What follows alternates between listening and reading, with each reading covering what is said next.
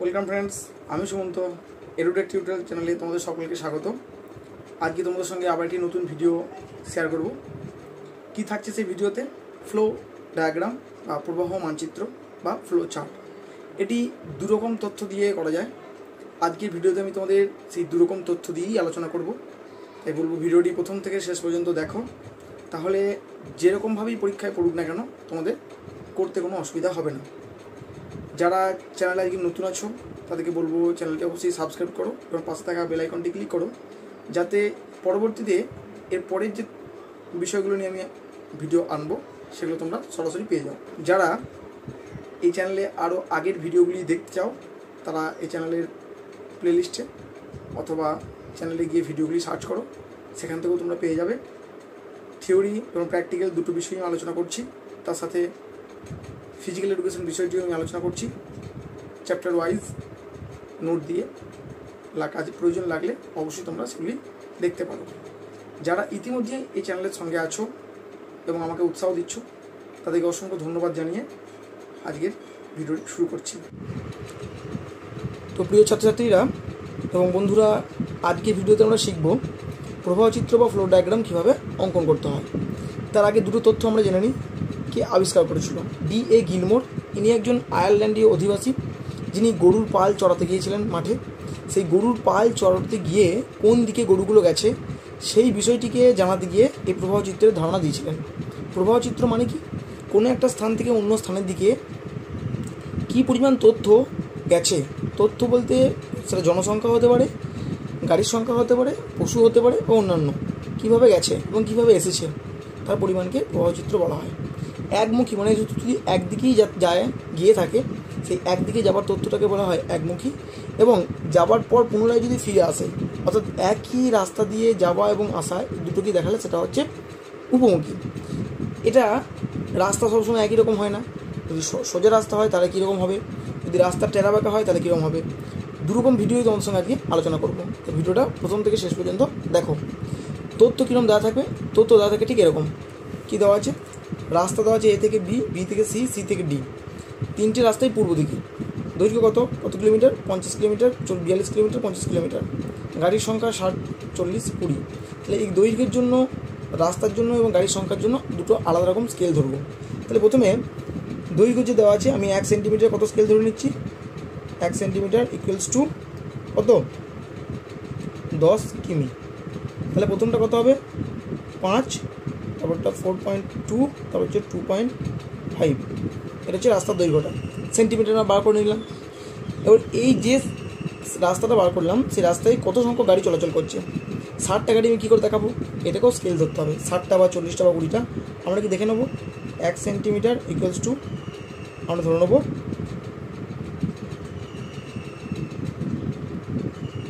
20টি গাড়ি। 1 সেন্টিমিটারে 20টা গাড়ি যাচ্ছে। তাহলে 20 দিয়ে এই 60কে ভাগ করতে হবে। তাহলে কত হবে? প্রথমটায় 3, তারপরে হচ্ছে 2, তারপরে 1। এটা তথ্য বেরোলো। এই তথ্য দিয়ে আমাদের ছবিটা আঁকতে হবে। কী করে ছবিটা আঁকবো দেখো, মনোযোগ সহকারে তোমরা দেখো।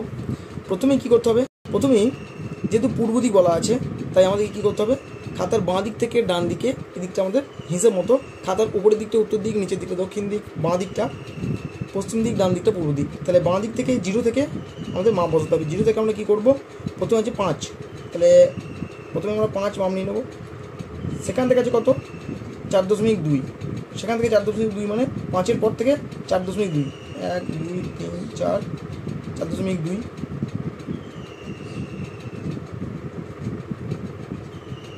আর তারপর হচ্ছে কত? 2.5। তারপর থেকে 2.5 আমরা তারপর থেকে 2.5 নিয়ে নেবো। কী করে? একটু স্কেলটা সরিয়ে নেবো। দেখো স্কেলটা একটু সরিয়ে নিলাম, এই বিন্দুতে একটা লাইন ফিক্সড করে নিলাম, এই 9টা ফিক্সড করে নিয়েছি। এরপর থেকে 2.5, 1, 2.5 হচ্ছে এখান পর্যন্ত।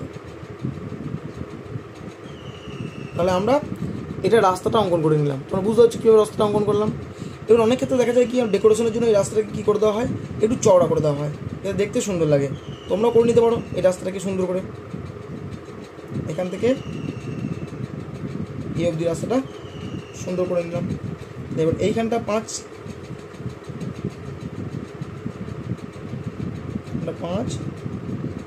এখানটা 4.2, এটা 9।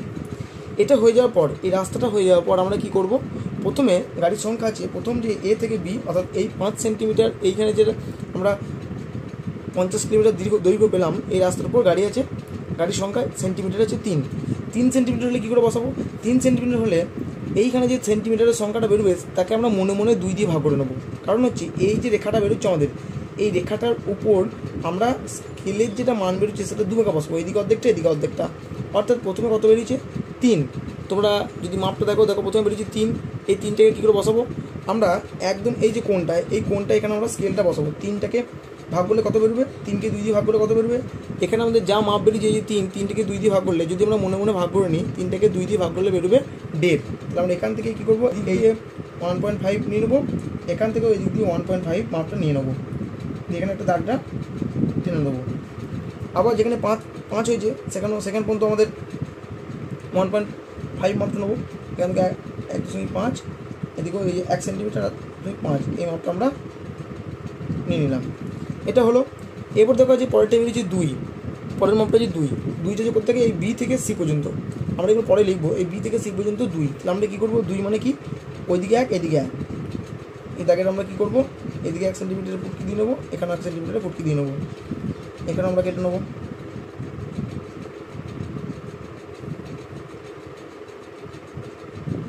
এক সেন্টিমিটার ফুটকি কাটার পর কী করবো, এরপরে দেখো পরের মাপটা যে 1 মানে কি, এইদিকে 0.5 এদিকে 0.5, এখানেও ঠিক তাই করবো।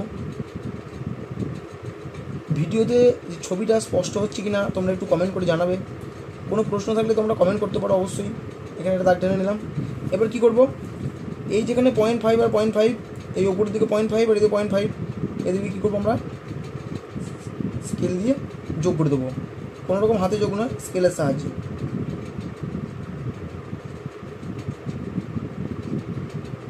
এদিকে 1 আর 1,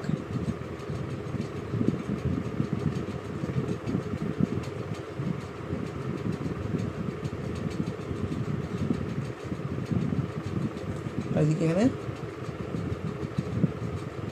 এবার যোগ করে দিলাম।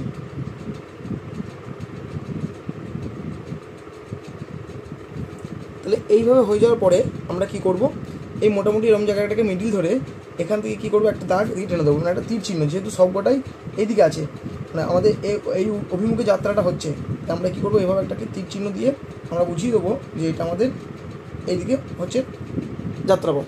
তাহলে এটা আমাদের ফ্লোচিত্র হয়ে গেল। তাহলে আমরা উপরে এবার হেডিং কি লিখে নিতে পারি, এটার জন্য উপরে কি লিখে নেবো,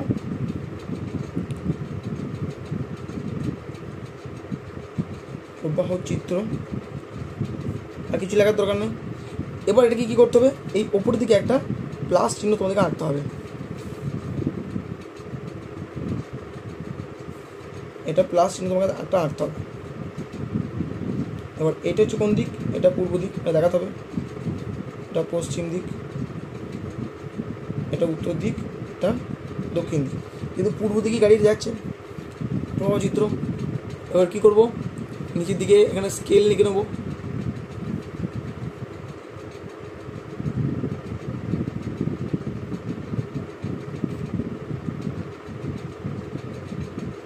রাস্তার জন্য কি স্কেল ধরেছি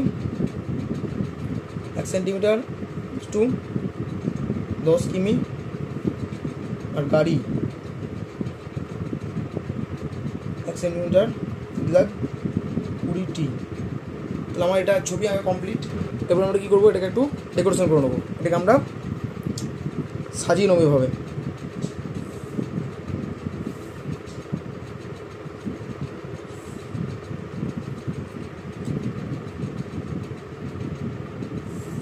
আগেও ভিডিওতে বলেছি তোমাদের, পরীক্ষা খাতা যত পরিষ্কার পরিচ্ছন্ন রাখতে পারবে বা যত সুন্দর সাজিয়ে আসতে পারবে তত নাম্বার বেশি পাবে। বা এইভাবে তোমাদেরকে কী করতে হবে, নিজেদের প্র্যাকটিক্যাল খাতাটা সাজাতে হবে। করার পর তোমরা কী করবে, এই রাস্তাটাকে যে গাড়ির সংখ্যাটা যাচ্ছে এইভাবে কালারিং করে দেবে, দেখতে ভালো লাগবে।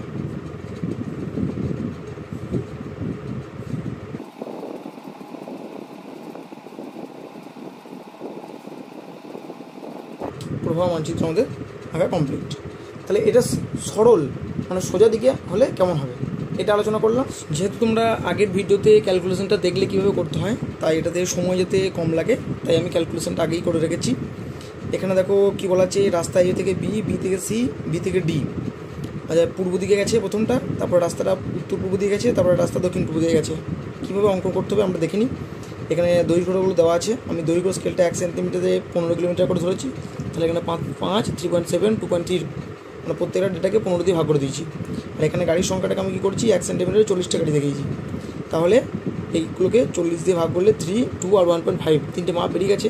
এরপর আমরা কী করব, ছবিটা আঁকার জন্য প্রথমে পূর্ব দিকে মাপ আছে এ থেকে বি, কত মাপ আছে 5। প্রথমে আমরা 5 নিয়ে নেবো এ থেকে বি, পূর্ব দিকে এ থেকে বি জিপতে মানে 5 মানে 5 সেন্টিমিটার মাপটা নিলাম আগে। তারপর কী বলেছে 3.7। এবার দেখো এইখান থেকে এটা পূর্ব দিক হলো, এখান থেকে এটা পূর্ব দিক হলো, পূর্ব দিকের পর উত্তর পূর্ব দিক হলো এই দিকটা, এইখান থেকে এই দিকটা। যদি আমরা এখানে আমাদেরকে এই একটা অংশ আঁকতেই হবে, এ প্লাস মাইনাস, তো উত্তর পূর্ব দক্ষিণ পশ্চিম। তাহলে উত্তর পূর্ব হচ্ছে এই কোণটা, এই কোণটা উত্তর পূর্ব হচ্ছে। তাহলে আমাদেরকে এই দিকে দাগ টানতে হবে, কত সেন্টিমিটার দাগ টানতে হবে 3.7। তাহলে আমরা 3.7 মাপটা নিয়ে নেবো। 3.7 মানে হচ্ছে এই অবধি মাপ, এইখান থেকে আমরা এদিকে 3.7 মাপটা নিয়ে নিলাম। এটা হচ্ছে এ থেকে বি, বি থেকে সি, আর বি থেকে ডিটা হচ্ছে দক্ষিণ পূর্ব দিকে, মানে এই দক্ষিণ পূর্ব এই দিকে রাস্তাটা গেছে, মানে এই জায়গা থেকে গাড়িগুলো ভাগ হয়ে যাচ্ছে। তাহলে দক্ষিণ পূর্ব দিকে গেলে কতটা রাস্তা হচ্ছে 2.3, আমরা এখান থেকে এদিকে 2.3 মাপটা নিয়ে নেবো। 2.3 নিয়ে নিলাম। এবার রাস্তাটা এখানে চওড়া করে নিতে নাও করতে পারো, আমরা রাস্তাটাকে এরকম রেখে দিচ্ছি এবং ছবিটা কেউ আঁকতে হয় দেখে নিচ্ছি। গাড়ির সংখ্যা কত বলেছে, প্রথমে বলেছে 3 আছে প্রথমে। তাহলে 3 আছে মানে কি 1.5 করে ভাগ, আমরা এখানে বসিয়ে 1.5 করে ভাগ নিয়ে নেবো, আগে ছবিটার মতো নিয়ে একই রকম। তো এখানে এইদিকে 1.5, এইদিকে 1.5, এই 1.5 দাগটা আমি আগাম টেনে নিই। বেশ, এরপরে এইখানেও 1.5 হবে, কিন্তু আমি দাগটা টানবো না, আগে আমরা ফুট কি দিয়ে রেখে দেবো এখানের মধ্যে, এখানের মধ্যে 1.5টা ফুট কি দিয়ে রেখে দেবো। তোমরা পেন্সিল দিয়ে করবে তাহলে মুছতে সুবিধা হবে। এরপর আছে 2 কোন দিকটা আছে, এইখান থেকে এদিকে রাস্তাটা, তাহলে 2 আছে এইখানে বসিয়ে, 2 মানে কি দুদিকে 1 1, একবার এই রাস্তাটার উপর বসাবে, মানে এই যে দাগটা আছে এই দাগটার উপর 2 বসাবে। তাহলে 2 দাগটা কোথায়, একবার এইখানে ফুটকি হচ্ছে, আর একবার এদিকে কোথায় হচ্ছে, এদিকে ফুটকি হচ্ছে, আর এইখানে বসাবে একবার এই দাগটার উপর এইভাবে, দুদিকে 1 1 করে, এদিকে 1 নিলাম, এদিকে 1 নিচ্ছি, এই দাগটা টেনে দেবে, এই মাথাটা এখন টানবে না। এরপর এদিকে হচ্ছে 1.5, এই মাথায় 1.5 আমি টেনে নেবো। 1.5 মানে 1.5কে 2 দিয়ে ভাগ করলে কী হবে 0.75, মানে এই দিক থেকে 7টা দাগ, 7টার থেকে একটু বেশি, এই দিক থেকে 7টা দাগ, একটু বেশি, এই মাথাটা আমি টেনে নিলাম। এইটাও ঠিক করবো, এখানে 0.7টা নিয়ে নেবো।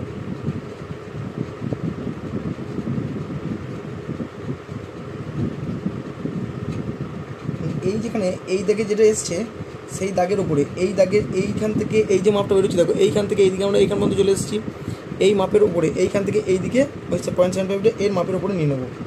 এইখানে যদি নিয়ে 0.7 মানে হচ্ছে এইখানে দাগ পড়ছে, ফুটকিটা পড়ছে, আর এখানে এইদিকে এইখানে ফুটকিটা পড়ছে, এইখানে ফুটকিটা পড়ছে। এবার আমরা কী করবো, এবার আমাদের করণীয় কি, আমরা এই পাশে দাগটাকে টানবো, আগে এখান থেকে টানবো, এখান থেকে কোনটা ঠেকাবো না, এটাকেও এখান মধ্যে টানবো, এই কোনটাকে এখানে ছেড়ে দেবো।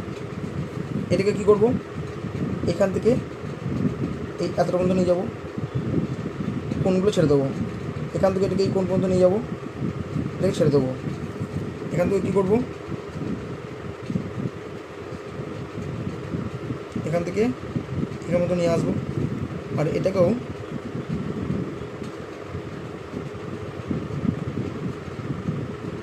এখান মতো নিয়ে আসবো, এইখান মতো নিয়ে এসে ছেড়ে দেবো।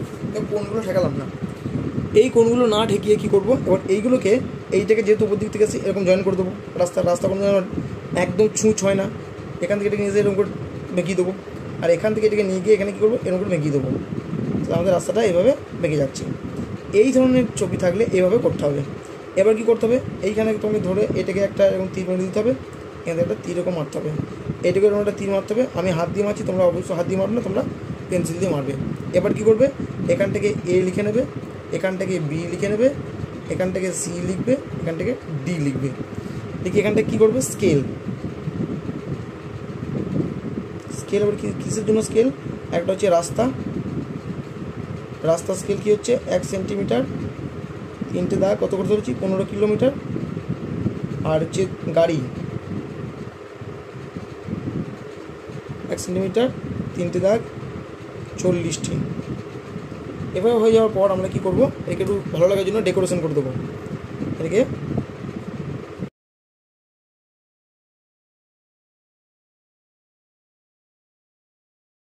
দেখতে ভালো লাগবে না, এই দাগটা নিলাম, আমাদের হয়ে গেল ছবি আঁকা কমপ্লিট।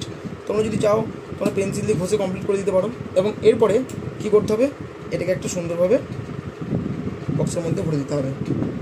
আরেকটু অংশ বাকি আছে কাজ,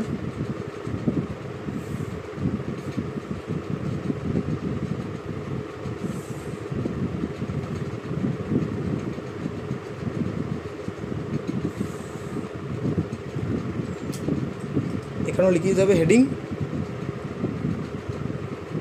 প্রবাহ মানচিত্র, বাস এটা লেখা হয়ে গেল, মানে ছবি কমপ্লিট। যেমন এই ছবিটা এইভাবে কমপ্লিট হলো, ঠিক একইভাবে দেখো উপরের ছবিটা তোমাদের সঙ্গে কমপ্লিট করেছি, শুধু নামগুলো লেখা হয়নি। এখানে এ, এখানে বি, এখানে সি, এখানটা ডি, এটা লেখা হয়ে গেলে ছবি কমপ্লিট। আজকে এ পর্যন্তই। ভিডিওটি ভালো লাগলে অবশ্যই লাইক, কমেন্ট ও শেয়ার করতে ভুলো না। পরবর্তী ভিডিওতে তোমাদের সঙ্গে আবার দেখা হবে। সঙ্গে থাকার জন্য ধন্যবাদ। ভালো থাকবে, সুস্থ থাকবে।